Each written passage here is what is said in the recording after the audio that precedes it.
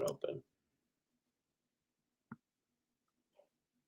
Hello, everybody, and welcome back to FILMOGRAFeed. I am your host, Caleb Boatman. With me, as always, is Mr. Caleb Koho. Hello, back. Koho, how are you doing today?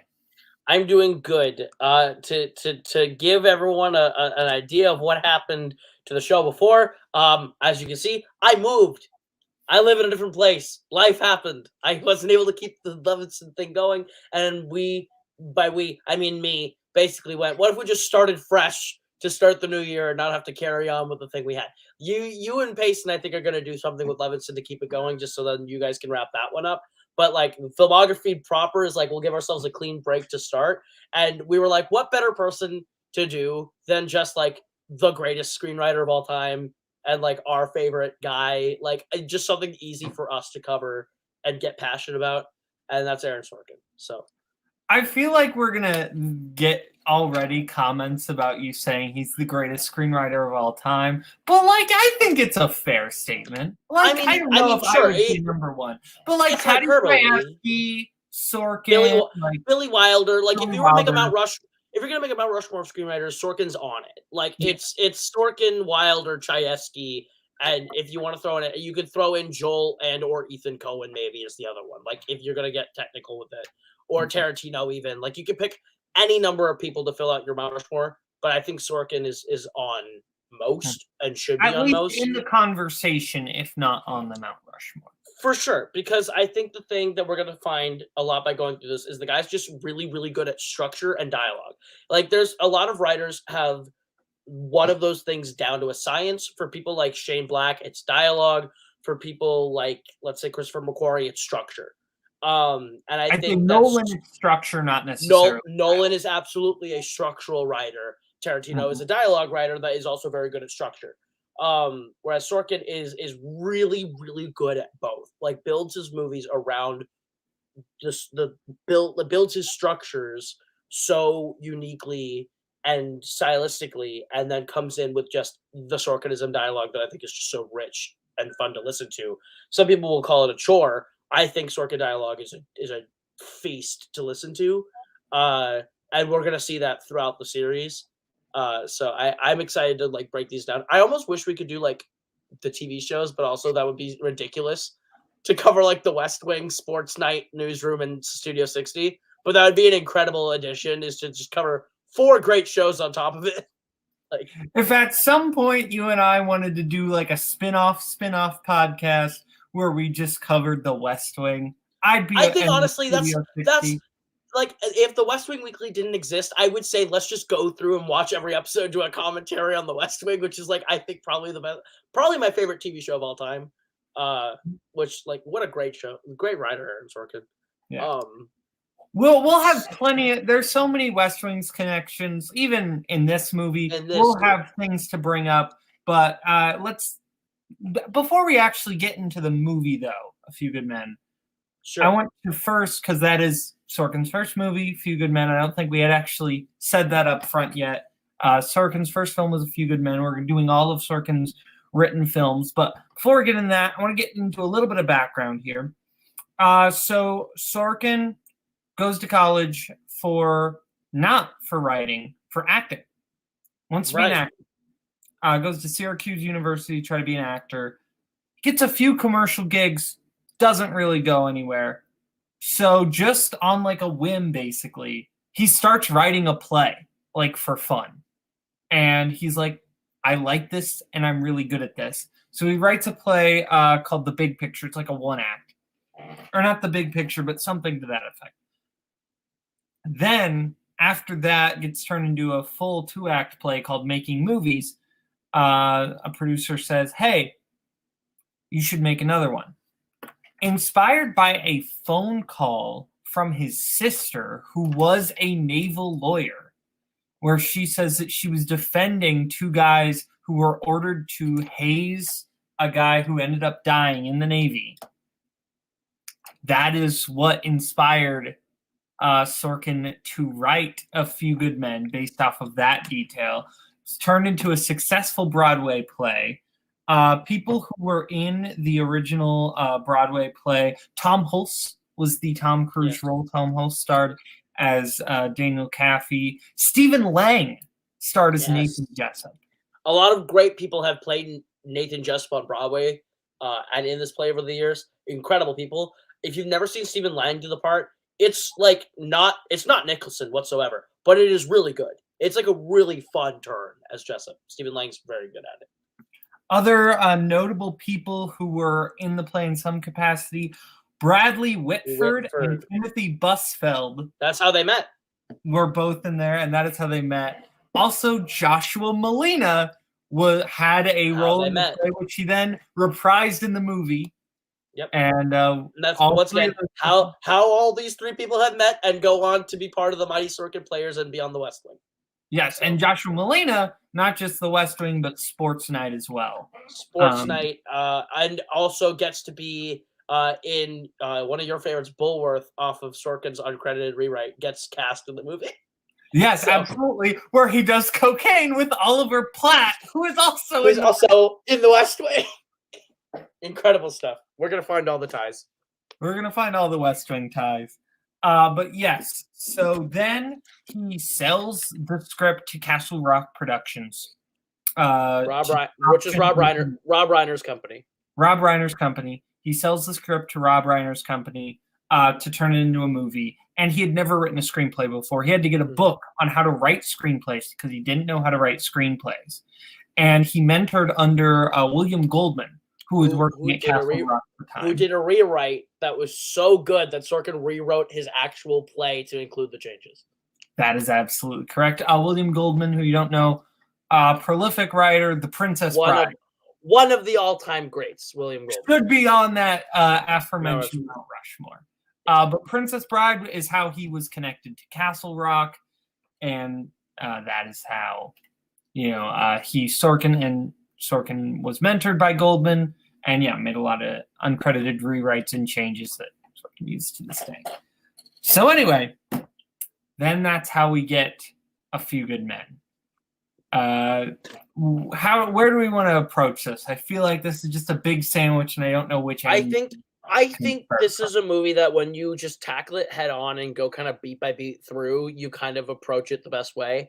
Where you come into this movie, and it's almost the antithesis of when you start Top Gun or Top Gun Maverick. Weirdly, they have the same imagery to start their films, which I noticed this watch, where it's like both of them start with like sunset, silhouettes, military bases, and people in action. But Top Gun's got, danger zone, hammer underneath where you're like, let's go, hoorah. And there's this almost like thriller theme underneath the beginning of Few Good Men where you're like, something uneasy is about to happen. And I think that's a really weird and interesting dichotomy of two, where both of them they're both about the Navy. So you're kind of in a spot where you're like, it's kind of weird that just 5 years, 6 years apart, they have the same iconography and opposite reactions in what their intent is. No, that's very interesting. Yeah, the opening credit scene of this movie is very good. As you said, it's just like that naval imagery. But I think it kind of sets a lot of the theme for the movie, which is this idea of like dignity and honor and, following orders and doing everything to a T. And I think which comes back into play a lot in this movie. Then you get the scene where the two guys actually perform the Code Red, as we now know it's called. Then we get Demi Moore's character introduction. I forgot how good her character introduction is in this movie. So good. This is a really good character introduction because she basically comes in, bringing the case about, and she's clearly wanting to be assigned to this. And I love the guy at the desk just being like, you want to go get a cup of coffee for a second? I'm good, thanks, actually. Why don't you go get a cup of coffee so we can talk about you behind your back? Like, I think this character is so interesting. And she used to be like kind of the one part about this movie I was about. I really think she is so fascinating. I think she's terrific. I think that she goes toe-to-toe with Tom Cruise, and that's a really hard thing to do, especially with this different kind of Tom Cruise performance, to just, like, have to be able to match aggressiveness and go-getter attitude. Honestly, this is a part that you would expect to see at this time someone like Holly Hunter play, and she comes in this and, like, just hits a home run. I think Demi Moore is really, really, really good. She's very good, and it's a great character introduction. And then it's followed by, to me, what is just an all-timer character introduction. Tom Cruise in this movie. Demi Moore goes up to Tom Cruise, and Tom Cruise just playing base. Well, actually, Demi Moore hasn't gone up to him yet. No. But he's playing baseball with his buddy. With his buddy. And we see this is such a great way to introduce Tom Cruise. Because we basically see his way of being a lawyer and his way of negotiating. Which is he doesn't go to trial. He takes a deal every time. And it is him arguing over, it's a great bit, arguing with the prosecutor over the sentence of this guy who bought a bag of oregano thinking it was marijuana. And I love the way he's negotiating down the sentence, all while playing baseball. And I think it's just such a perfect way to say, okay, this is what this character is about. He's cocky. He's not very interested in going to trial, but he's great at getting his clients a plea deal. And he's very passionate about baseball, cares a little bit more about baseball than what's actually going on. And I think we set up this guy as a very, like, cocky presence that then, you know, his arc changes. But we set him up in a certain position, and the story's going to change him later. But I think this is a great way to set him up. Cruise is really good in this. And I feel like this is kind of the movie where Tom Cruise becomes Tom Cruise. And what I mean by that is this is the point where Tom Cruise stops being I'm teen heartthrob Tom Cruise. And now it's like I am movie star actor Tom Cruise. Because, like, yes, before this he had Born on the 4th of July, which is like, hi, I can actually act. But this is the moment where it's like, I can just be a movie star. I'm not a heartthrob. I'm not this. I'm not that. I'm just a movie star. I think that Tom Cruise in this is so against Tom Cruise type in a weird way, where it's like Tom Cruise ends up having to adopt this to become what Tom Cruise is. If you watch, like, him in The Color of Money or him in Risky Business or him early in his career, this is not Tom Cruise. This is just a guy. This is Tom Cruise getting to be so cocky. So he kind of gets the only movie where he kind of gets to be this before is Top Gun, but he's got more nuance in this, where he takes his Top Gun cockiness, but has this intelligent, cutting, like, smart intellect behind every word he says, where it's like, I'm smarter than you and I know it, and I know I'm going to win every time. And which is a Sorkin character staple. There's always someone like this in the Sorkin movies, and they're always one of the best characters. And he will evolve this character over time to many different forms of a person. But I think this is the template in which he builds that archetype off for himself. And Cruise is, I think, a great starter performance for him to build off of as someone who, over the course of this film, kind of finds someone to spar with and a cause to fight for, where he's like, I could lose everything and lose this, but I'm doing something that's bigger than my reputation of myself. And I think Cruise has that empathy that you buy sort of drawn out of him over the runtime, so that by the end you just believe, yeah, you're a good guy. You're a bit of a shit, but you're a good guy. Yeah, no, I completely agree. And I think, like you say, like, a lot of Sorkin's works have this type of character, right? The very, like, cocky, arrogant guy who gets the job done, gets results. And I think that's who Sorkin is. Yeah. Like, he is clearly this, like, if you look at him, like, his interviews, like, kind of a lot of his, like, behind the scenes drama, he is a very cocky guy, quite arrogant. But you look at the work and it speaks for itself. So right. He's very good. He has a character that honestly channels Sorkin himself in that way, where it's like Sorkin knows he's that good, and he has like you said, the body of work to really back up that he is that good. And I think that's why he's off-putting to a lot of people, is that his work sometimes can be a little bit too self-congratulatory, and that's my criticism of some of his stuff.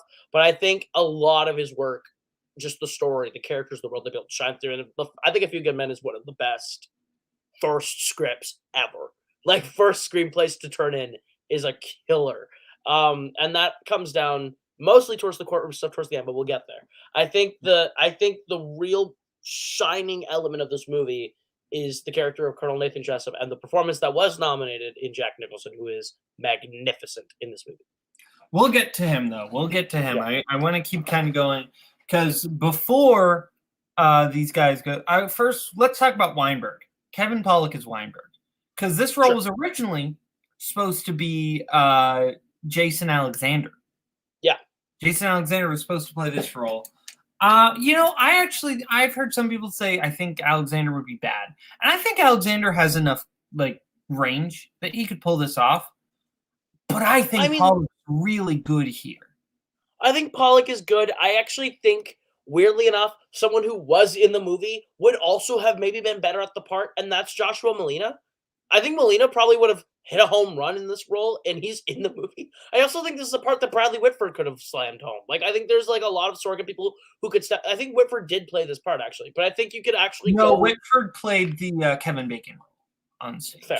I think that there's a lot of people that you could pull from Sorkin's regulars that would do that part as good, if not better. And of course, some of them don't exist yet. So you don't have Richard Schiff to pull on. You don't have. And that's the thing is, I think you don't have Rob Lowe.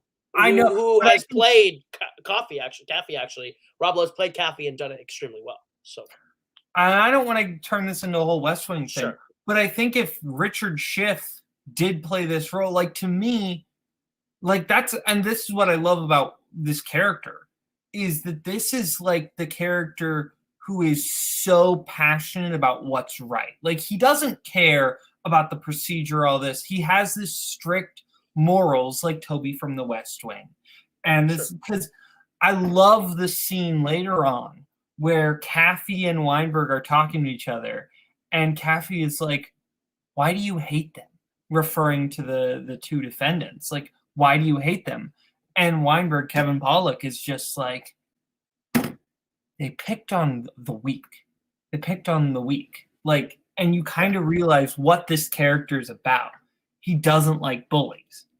And he has to draw that line in the sand. That's why you've got someone on the defense team who doesn't really have sympathy for the defendants. For sure. And I think Pollak is very good in the part. It's not that I'm saying he needs to be recast. I just think that that's also a part where that's a very good supporting performance part that you could throw a lot of people that I think are probably more recognizable in and have them do equal to, if not better work. Nothing against Pollak, who I think is turning in a very good performance here. I just don't know if I would call his performance extremely over the top remarkable, but he is very good. I don't think I called it extremely over the top remarkable. I just said it was very good.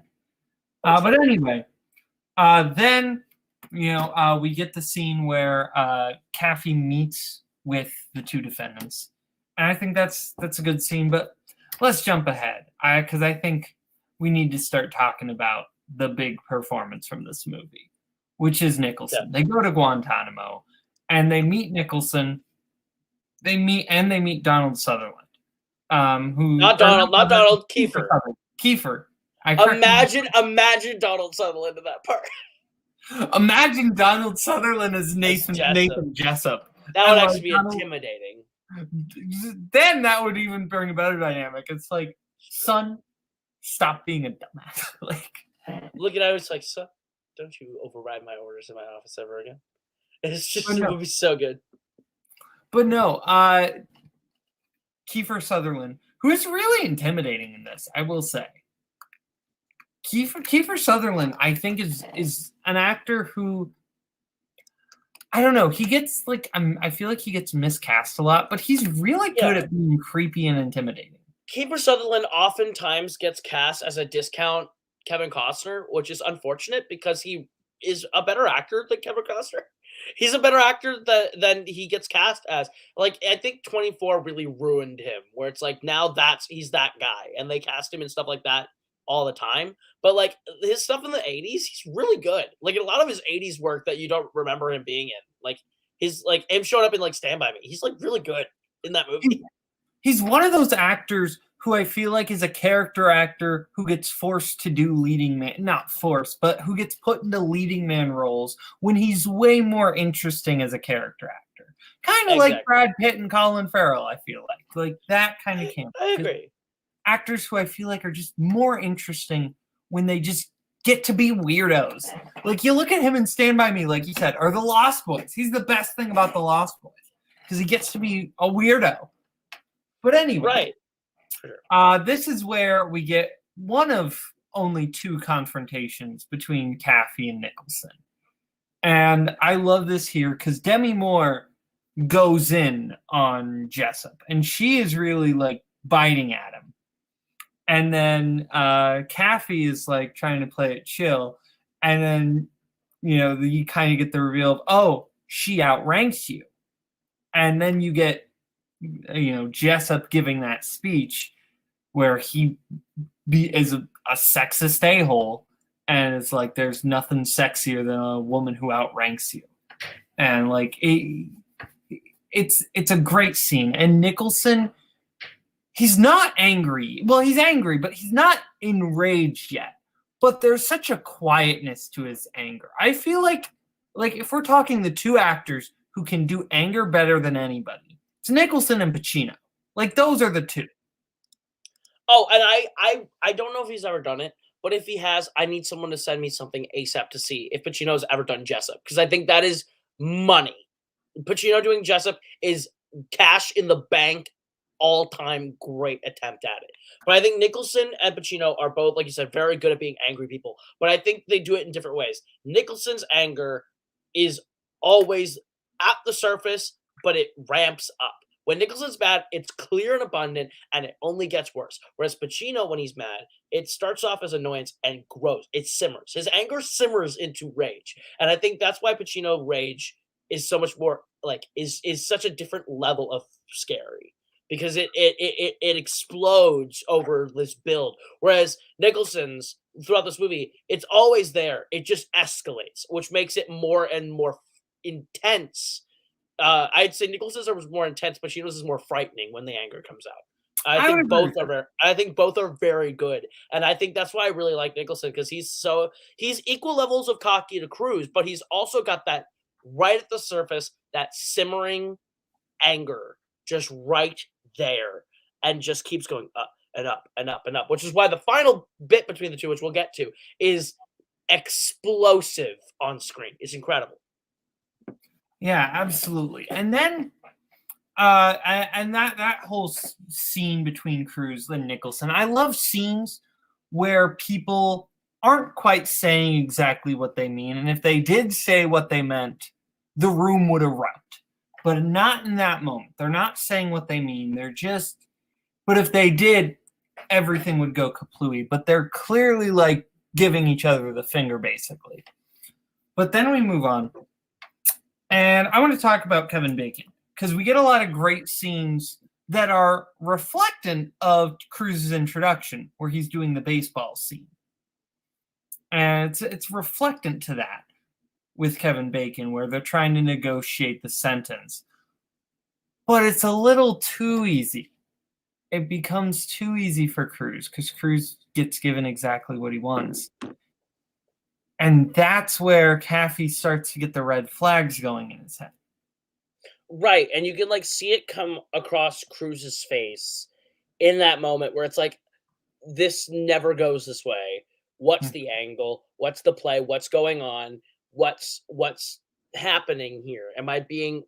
How am I being played right now? Because this is how I would be playing someone. And he immediately in that moment, I think, realizes he's up against someone smarter than he's ever had to go up against before.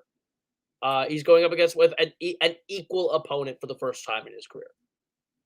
And he knows that, like, wait a minute. And this is something that I believe he brings up in the actual guilty, not guilty. Because the whole time he's persuading the two defendants, just plead guilty and it'll get you a good plea. And they're like, no, we're going to be dishonorably discharged. I don't want to do that. And then that's how Demi Moore gets roped doing it, because of Aunt Jilly. But then we get the plea scene where he said, "My clients plead not guilty." And that is such a great scene because then right after, Kathy is like,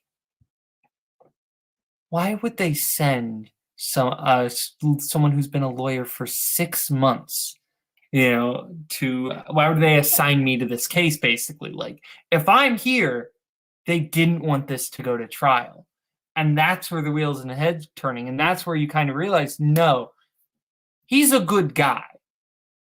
He wanted the best for his clients, and now he realizes that there's something bigger at play. He's willing to take it up.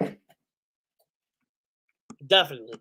And I think that's actually an interesting point to this. As we get through the movie, they obviously start building out the strategy, and you see the courtroom strategy at play before we actually see it in play. Mm-hmm. That's actually Ebert's big knock with the movie. If you've ever seen, the reason why Ebert didn't like the movie was that the movie gives you everything, it doesn't make you work for it or learn anything. I vehemently disagree with that opinion. Is that the movie is not necessarily needing to make you work for it. It's that the movie is setting down foundational work so that when this comes through, you're seeing new angles to what the body of the movie is trying to say. I think I think it's funny for him to be like, the reason this movie isn't great is the screenplay level. And it's like, that's kind of an insane take to say about Aaron Sorkin for Roger Ebert, which is very funny. I mean, at the end of the day, Siskel and Ebert, they always had some weird opinions. Like, I love Siskel and Ebert. I legitimately just think they are maybe the two greatest critics. Not because they are maybe the best at knowing, what is the best movie, but because they're the best at talking about it. For sure. And they're the most entertaining. But, like, they both love Speed, too. They can be wrong. They can be wrong. They can be wrong. But let's get into the actual trial, because we get some great actors showing up at this trial. Cuba Gooding Jr. in a very just here. Yeah, it's like in a very early role. Cuba Gooding Jr. Showing up. Christopher Guest is just here. Yeah, which, like, that makes sense because it's like, oh yeah, Rob Reiner, you were in The Princess Bride, and he's like a cameo, but like it's Final Path. It's wild to just have Christopher Guest be like an in and out cameo in like a very serious courtroom drama. It's like, yeah, Christopher Guest just randomly popping in as like a defense witness. Weird stuff. I will say he's good. He is good. He's good. So is Cuba. Both of them. But I love them with the doctor. You kind of realize, oh, that's why he's saying all of this, because the doctor, if he sent Santiago to military and it was real that Santiago had a heart condition, that would look badly on him. And exactly. I think that's very interesting. And yeah, that's a great scene. And also the Cuba Gooding Jr. scene is fantastic too. Definitely. And I think every cross-examination and examination in this is really well done. And that comes down to Kevin Bacon being able to go toe-to-toe with Tom Cruise as well.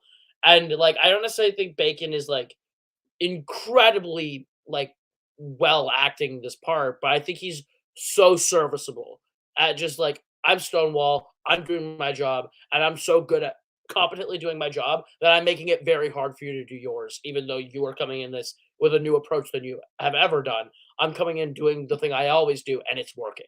And I think that's the thing that that is interesting to watch, is two different lawyers with two different approaches coming at it and both actively just hitting at the top of the game, even if Bacon just delivers that really well. Yeah. No, Bacon's great, and I think Bacon's performance is kind of reflective of pretty much all of the performances in the movie except for Cruise and Nicholson, which is pretty much all of them are not very flashy performances. They're really good performances, but they're kind of true supporting performances in the sense that they're there to service the text and service the actors. It's not really, hey, look at which is Aaron Sorkin's MO. When he writes it and he casts his people, it is you are pieces for my play. Everything he does, this is the text. You are in service of my text, and you have to deliver my text the way that I think it should be done. And when directors come in and do that, he always picks directors, and now he directs them himself. He's always been a writer who wants specific directors to work, which is why he and Reiner got along so well. As Reiner understood what he was doing, it's why specific directors work really well with him on one time and then out. Like you'll see Fincher and Miller and Boyle and all of them coming in and out. Nichols all take a crack at it, and he has to like be very hands off on a lot of those because he can't, and that's why he starts directing himself. But he when he writes The West Wing, when he casts his shows, it's very much I cast people who will embody what I want this person to be, and I can write for. And you bring your personality, and you bring what I need from you to that part, but you're also no improvising. The dialogue has to be on point every time, which is really funny to like listen to. I want to talk about what I think is one of the best courtroom scenes in a movie. I'm not talking about the ending scene, which is like maybe a top 2 courtroom scene of all time. I want to talk about I think a scene that is genuinely on par with like the grits scene from My Cousin Vinny, the mess hall scene. I love this scene. Kevin Bacon is like hands this guy the handbook, this Marine the handbook, and another handbook, and is like, show me where the code reds are. I don't see the code reds. They're not in any handbook. Code reds don't exist. And then Kaffee brings him the handbook again, says, can you show me where the mess hall is? Mess hall's not in there. Oh, so the Marines don't eat? No. Well, how do you know where the mess hall is if it's not in the handbook? Like, just such a great bit of cross-examination that really shows who Kaffee is and what he's about. Like, he's able to just plan things out and see it incredibly clearly, but do it in still a way that's like a little bit of a middle finger, a little bit of an FU. Absolutely. I really like, I think that Kaffee is a very smart person, and we get a lot of these cross-examinations show that, and I do think that's a great moment. And I still take the finale, which we'll get to the finale here in a minute. Well, yes, the finale is the better moment. I'm not arguing that. Sure. But I think the finale is an all-time courtroom scene, if not the number one. Personally, to me, I probably lean to Kill a Mockingbird, Do Your Duty, the closing arguments. That's probably my take for best courtroom moment. But I do think the who are the code red? You goddamn right I did. Well, we haven't gotten there yet. We'll get there, but yeah. We'll say that's the cherry. We don't want to. Let's eat the rest of the sundae. For sure. Anyway, then J.T. Walsh is Markinson, who we haven't talked about yet, but he's very good. Markinson, the other guy working with Jessup, comes to Kaffee in the back of his car and is basically like, Jessup ordered the code red, or Jessup is the one who brought the code red. I'll testify to it. And he also changed Santiago's log plan to make it look like he left earlier than he was going to. That's a great moment. And then, not too long after that, because everything's going well, Markinson kills himself. And then I think we get Cruise really playing like at his lowest. He comes in drunk to Pollock and Moore, and he is just like so depressed. And I think this is a great point of acting from all three of them, but particularly Cruise. And then shortly after, then he just comes out of it. And I love that. I love that it doesn't take him too long to kind of come out of this depression. Like, he sinks in there and is like, I'm back. Definitely. I think that moment where he's sitting there just drenched in rain, in water, is just like such a striking image, and his moment in that scene where he sort of like talks himself through that, and then you just see his face slowly start to light up and come back to life. I think he's just really good. I think Cruise is really good in this movie. And that's, we said it a lot. I think this is honestly a top 5 performance for Cruise's career, maybe even top 3, if we're being really honest with ourselves. I think this is a top 3 performance in his career, and it's a shame that he wasn't nominated. It's a shame this movie wasn't nominated for a lot of things, to be fair. This movie was very under-nominated. That is true. I don't know if I'd go top 3, but you haven't seen Born on the 4th of July. Sure. But I also don't think you have Magnolia in that 3. And I do not, because I don't. I'm sorry, you can't tell me that Tom Cruise in Magnolia is not a top 3 all-time Tom Cruise performance. Like, you can tell me it's a great performance, but I think it's a great performance, but it's a top 3 Tom Cruise performance. It is a top 3. Wait, what do you have in your top 3? I would go Jerry Maguire, and I would probably go Collateral. Okay. I at one point you had Tropic Thunder in your top 3 Tom Cruise. Tropic Thunder is probably number 4 or 5, to be clear. That's a great fucking performance from Tom Cruise. You can't tell me that I love Les Grossman, but you cannot tell me that Tom Cruise. Les Grossman is a better version of his Magnolia character. Let's just be honest. They're not the same at all. You're right, but I'd rather watch Tropic Thunder. Anyway, A Few Good Men, definitely one of his top 3. I think that he's phenomenal in this. Actually, no, sorry. I would take out Collateral, Color Money. Color Money is a top 3 performance of Tom Cruise. Color Money is an incredible Tom Cruise performance. Undervalued Tom Cruise performance. Anyway, A Few Good Men, Tom Cruise, The Rain. What happens after this again? Is... Well, then we get... we go into the final trial, right? Well, we got the final trial, but I want to shout out just one little moment here. That always just makes me so happy. Because it's Cruise and Moore and Pollock talking about there. And they're talking about Jessup. And Cruise references a line that Jessup says earlier. And he does a little Nicholson impression. And you can tell Tom Cruise was so happy he got to do a Jack Nicholson impression in a movie. Like, he was so proud of that. And you can tell everyone loves to get the chance to do a Nicholson. Everyone has that one actor that they feel like they can do. Nicholson has it for himself, and it's fucking Jack Palance. He does it in Batman '89, and it's awesome. Like, I think every actor has that one actor that they just know how to nail the accent on. And then, unless you're Robert Williams, you can do every actor ever alive, and you're just insane that way. But everyone has a Nicholson, and I love hearing everyone do a Nicholson. And Cruise does a great Nicholson. I also think like Robin Williams does a great Nicholson, but he does a great everyone. Okay, Sparky, here's the tea. You want to get a little lady, you gotta be a straight shooter. I do love that Cruise gets that little like impression in there, and it's subtle enough. It's like just enough where you can notice it, but not enough where it's like, oh, look at me, I'm doing a Nicholson. It's like just enough, and it's like it's a nice needle that he just threads. But yeah, we got to talk about the scene. We got to get to the scene. One of the greatest like scenes of all time.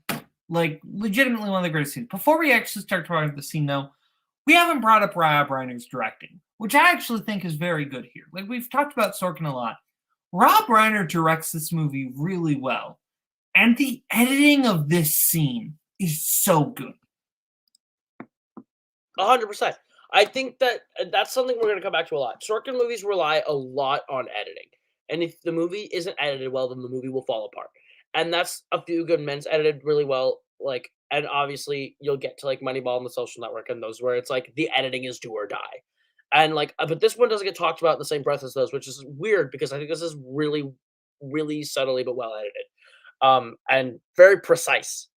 And I think I think this courtroom scene is like the epitome of that. It's done so well, and like you said, Reiner directs this so well to the point where it's like it's unfair that he didn't really get any credit for that. Like, no nomination for him directing it. He should have been. I think he directs this really well. I think he directs both of his Sorkin movies very well. Like, I think if there was one person that really understood on the whole who Sorkin was as a writer, it was Rob Reiner as a director. Just understood his sensibility. And it's really unfortunate they only made 2 movies together. Mm-hmm. And there's other directors where you're like, man, I really wish Fincher made another one with him, or I really wish, whatever. But like, Rob Reiner gets 2. And I think he knocks it out of the park both times. But we'll get to The American President. And I feel bad for Reiner, too. Because this is the end of one of the greatest runs of any director. Like, because he does this. Or he does Stand By Me. Then he does The Princess Bride. Then he does When Harry Met Sally. Then he does Misery. And then he does this. Like, a goated 5-film run. I don't know if an unprecedented 5-film run. Just three-pointer. Just like incredible. Have you seen North? I've never seen North, no. North is terrible. It is awful. Kathy Bates does brown face. Bruce Willis is in a bunny suit. It's bad. It sounds terrible. Bad. I mean, he does get like one rebound, and then after that, the career's over. Like the American President is like one last breath of air, and then it's over. Like then it's just awful movies. It's amazing how much just North just like nose dived into the fire after just a goated run. Because when you look at the rest of his career after he does the American President, you've got like what Ghost of Mississippi, which is like somewhat rated. I just mean it's like somewhat rated highly. But then after that, you got like what Rumor Has It, The Bucket List, Being Charlie, LBJ. Man hasn't made a movie since 2017 with Shock and Awe, and I don't think anyone can tell you anything about Shock and Awe. So it's like the man really just died. Yeah, no, it sucks because he's cool. He's making an Albert Brooks documentary. I believe that will be a nice button that will probably be the end of his career. I would love to see Rob Reiner come back and make one more movie with Sorkin. Like, let him make one more Sorkin movie that is like an unofficial trilogy of these, like A Few Good Men, The American President, and make one other one that matches that. And I feel like LBJ was his attempt to try and go back to that, but he didn't have Sorkin. So it's like if you give Sorkin and Reiner one last team up to end Reiner's career, I feel like it would be a nice. Like Reiner would probably get one last best director nomination to close out the career if it's good enough. Yeah. So. No, I agree. But now let's talk about this scene. For sure. Why? Like, we obviously know that it works. Why does this scene work? This scene works because of the two central performances. But I think also I think the tension that is built in this scene, where you have these two guys who the entire movie have been set up as being opposites, of being equals in intellect and strategy, and having this be the entire enchilada. This is everything to both guys. To Nicholson, it's his arrogance in the scene of being like, I got it. You can't touch me. So you come, give me your best shot. And for Cruise, the desperation of being like, this is it. I gotta nail you or I've lost. This is two guys' lives. And like those two, the stakes of it are set. Both actors are playing this like a Soviet and a US submarine just tangoing with each other. It's just this display of calm rage in both men that grows to the point where it's just, I want the truth. You can't handle the truth. And just having them finally just go back and forth in this explosive to the point where they just get in each other's face. You don't have to answer the question. You're goddamn right I did. And just all of it just coming down. And that moment where he screams, you're goddamn right I did, is just the wave of tension relief that just hits the body when that happens, where you're just like, oh, you're just exhausted with both these guys. It feels like watching Rocky and Drago fight. It feels like watching, Batman go up against Bane. Like, it's just, you're watching a great physical fight of the intellect between two guys. And just, it's so nerve-wracking that you don't feel it. There's so much tension that happens in your shoulders when you watch the scene. And then when that moment happens, you just release because it's over.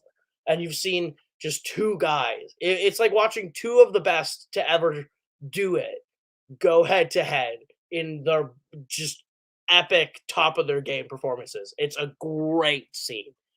I think the other reason why it works is because of that, you can't handle the truth monologue is such a great villain speech. For sure. Because it's convincing. Like, he makes good points. Like, he's saying, if people don't follow orders, if people don't follow my orders, they die. That is what's on the line. And you can make your moral judgments if you want, but you better stand a post like I'm doing. And it's like this ultimate like realization of how this character thinks, how much of an ego he has, but also like how much like it's very just it's Shakespearean, really, is It what is. And the way it comes down to just like where he's like, I would just rather you say thank you and be on your way. Where it's just that moment where he's just like, I know what I'm doing.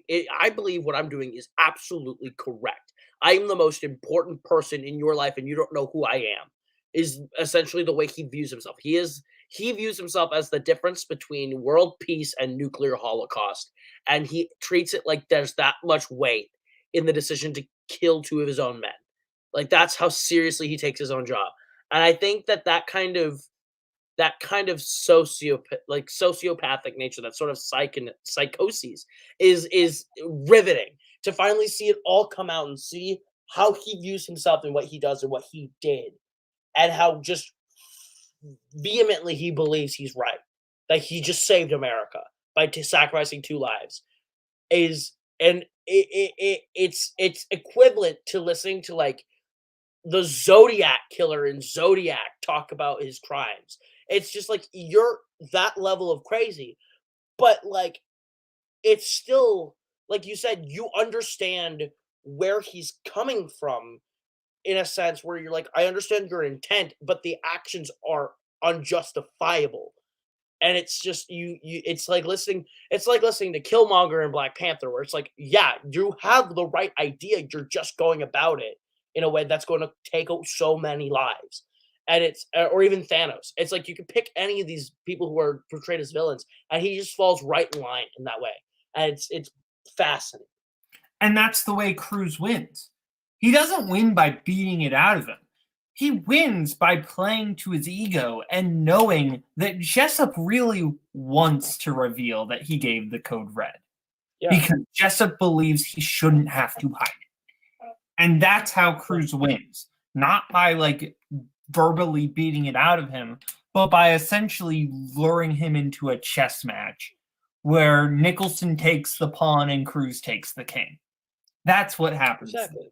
Exactly. He just leans in and essentially is like, "You're the greatest.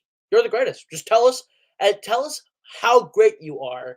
And by doing that, he wins. And I think that's just like that's the moment where you see the strategy play out in Cruz's mind, where he knows how he can win this, and just seeing them execute it in that way is brilliant. Down to just it's also so great then to follow that up in the closing moments where it's like they're like, where he's like, congratulations, you just fucked your country, essentially, is how his ideas, they rip him out of the room.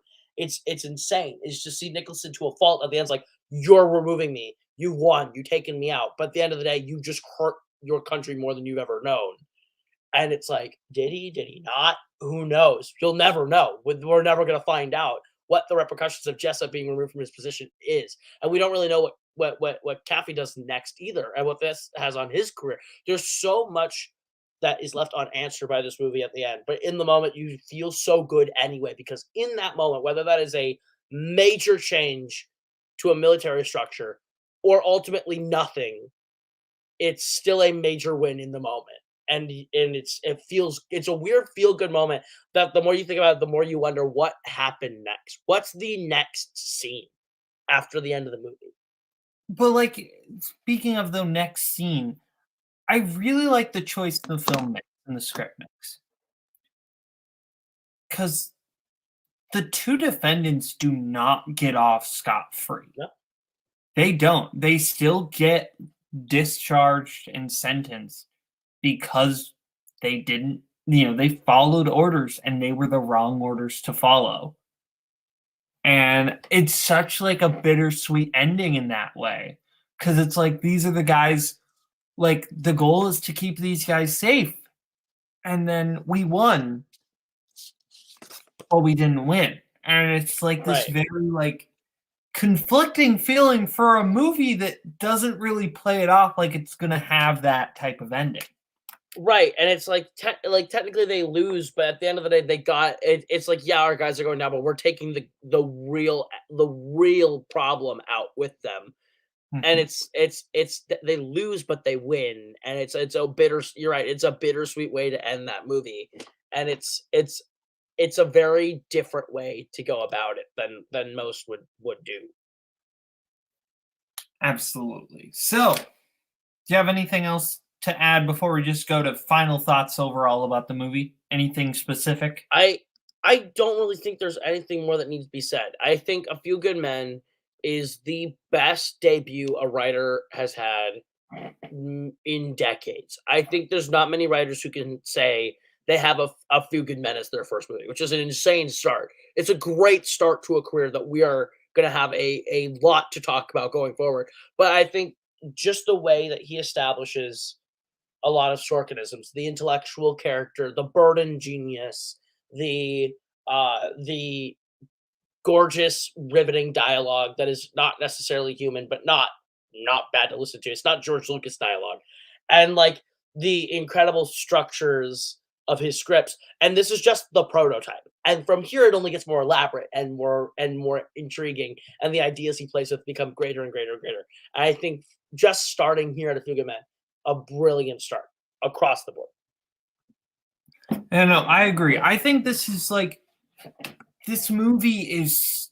It just kind of feels like I don't want to say a default mode, but like it just this feels like just this is a movie. This is a movie. This isn't anything just incredibly fancy, but this is what a movie looks like when every element is firing on all cylinders.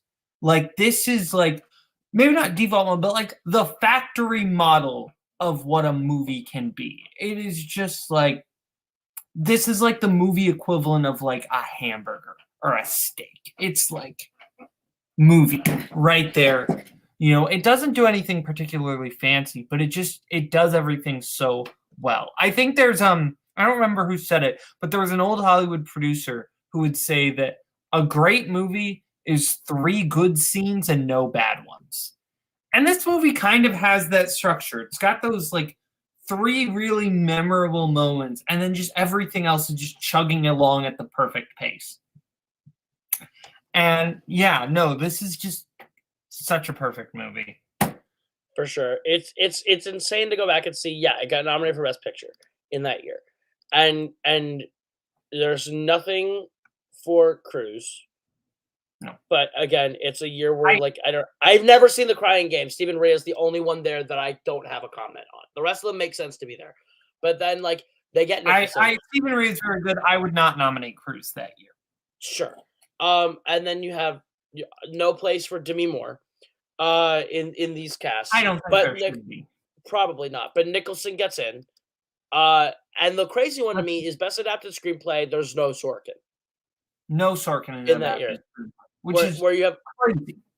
That was the year I loved Howard's End, though. Like that's the thing. I really loved Howard's End that year, which is a nothing burger of a movie, but they loved it. They gave it to Howard's End in a year that also features Enchanted April and The River Runs Through, which I've never seen. But the 2 that I have seen, which are The Player and Scent of a Woman.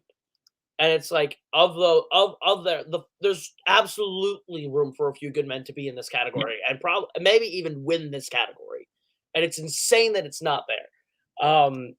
It's ridiculous. No, I agree completely.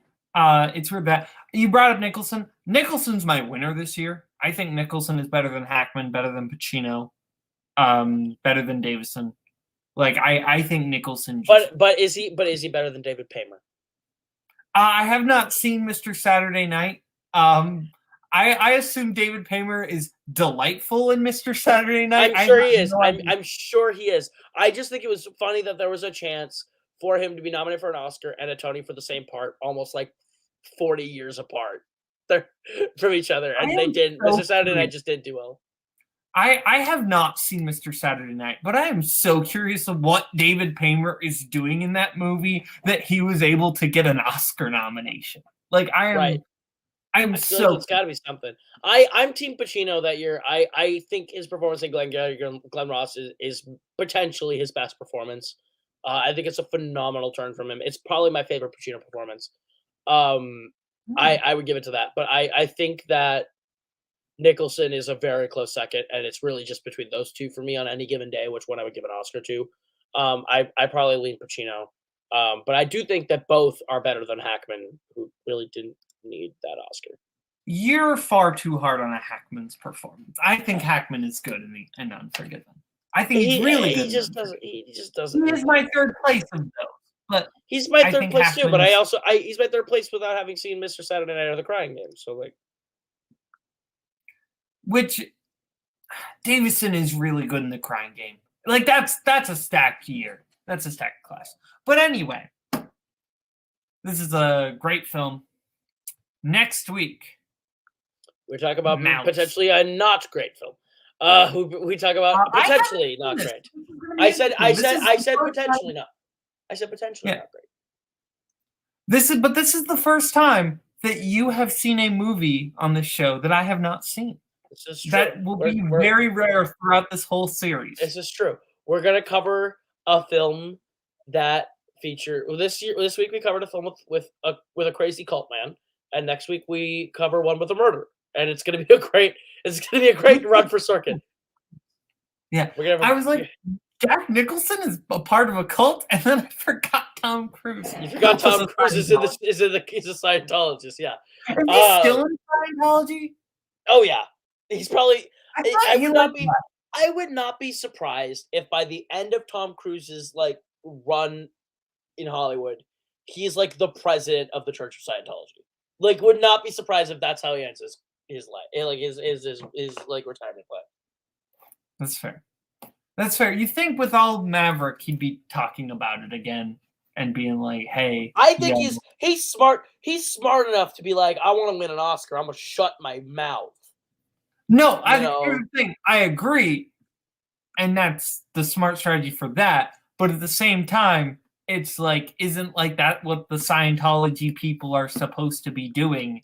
Is like advertising it and whatever. I don't know how Scientology works. I don't know. I'm not L. Ron Hubbard. This is a big thing to put about Malice, which we'll get more into Malice obviously next week. But I do think this is I know this is the first time of two that we're gonna see Sorkin share writing credit on a film. Mm-hmm. And that is directly responsible because he was working on A Few Good Men while writing off of William Goldman had the idea for Malice. Sorkin writes the script. Scott Frank rewrites the script because Sorkin can't work on it. We'll get into it next week. But I think it's going to be interesting to cover the ones where Sorkin is not the sole writer, to figure out what Sorkin did and what he didn't do on those movies.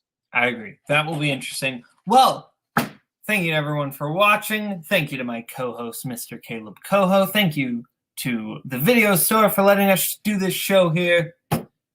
Keep on watching the movies. See you later.